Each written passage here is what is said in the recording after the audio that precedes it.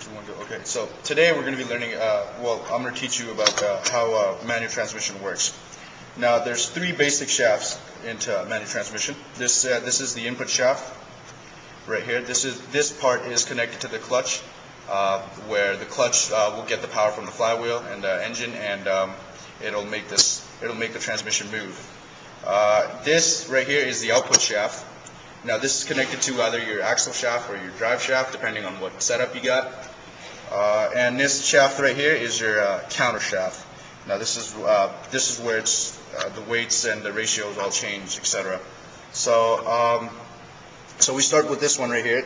You got 3 yokes here. They're supposed to be aligned.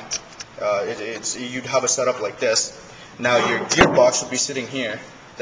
On top of this, and you have your shifter here.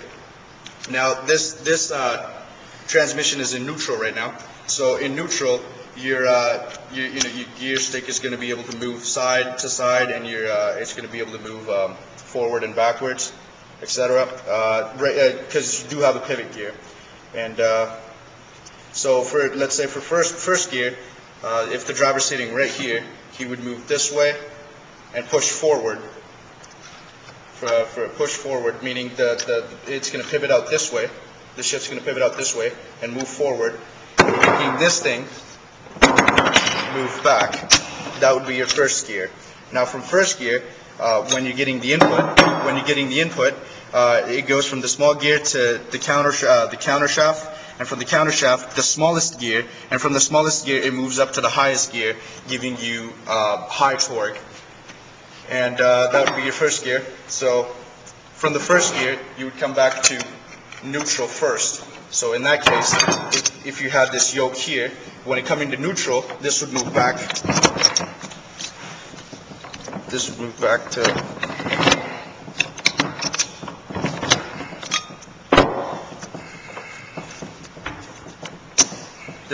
to neutral.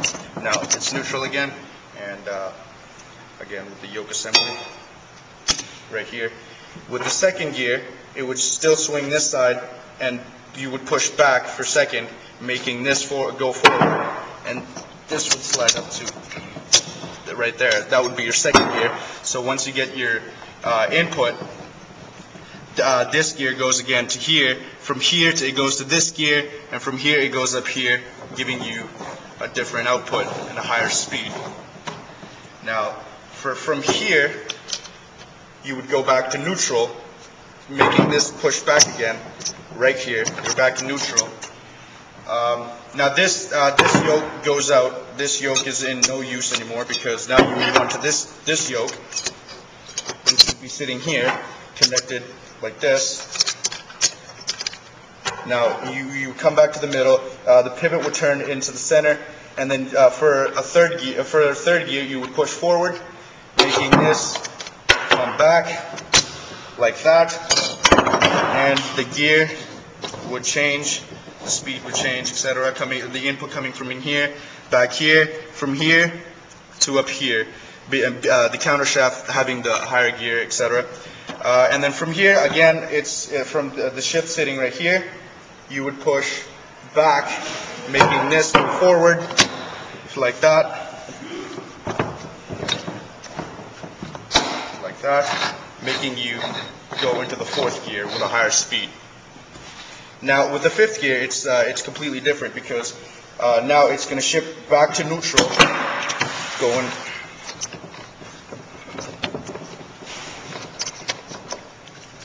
It's going to slide back. Come on. There we go. Back in neutral. This goes from the 5th gear. The gear is going to slide to the side, having connected to this yoke, the 3rd yoke, and for the 5th gear, you would move up, pushing this back, engaging this gear.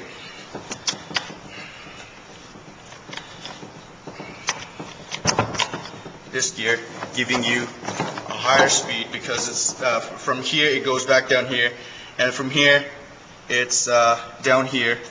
And then from here, it's back up here, making it 1-to-1 ratio, giving you, well, at least close to 1-to-1 ratio, giving you a very high output again.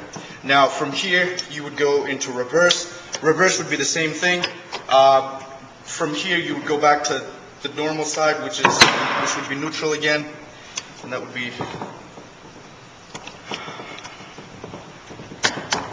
There we go.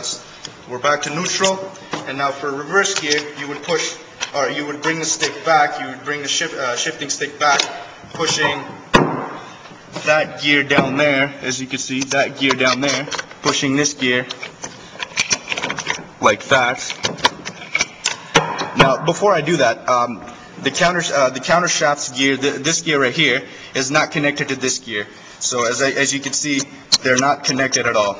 But once you put it into the reverse, that gear will connect to this one, making it shift this way, and the output and the input would be different. So let's say if you were going clockwise from the input shaft,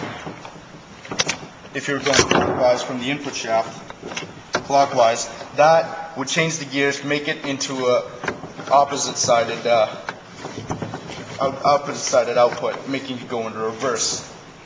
And that's basically how the transmission works. And now, as you see this part right here, they're called the synchronizers, the brass synchronizers. They're shaped this way, so it makes it easier for the gears to mesh together. Now, you want that because once you're driving at 60, 70, 80 kilometers an hour on the highway or something, and the reason is because your transmission wouldn't stop moving to actually get the gears to move or something like that. So these synchronizers are there to make the meshing easier, because the shape like that, it would, let's see here, it'd connect like, it'd be spinning like this, and it would connect, and then they would actually go in, and it would work much better. So even at a high speed, they could still connect and disconnect, and just go on like that, just moving speeds, first gear begin again, and just like that. And now this thing right here is the warm gear. This is connected to your speedometer. So your speedometer basically giving you the output that you would get from the first gear, because from the first gear you wouldn't be getting very high speeds, you just get a high torque. So meaning this, it doesn't matter how fast you spin this would spin much slower. That's how you would measure your speeds. And that's all. That's how basically a manual transmission works, from 1 to 5 gears. Now it does get complicated when you have other gears, etc. But yeah, that's about it.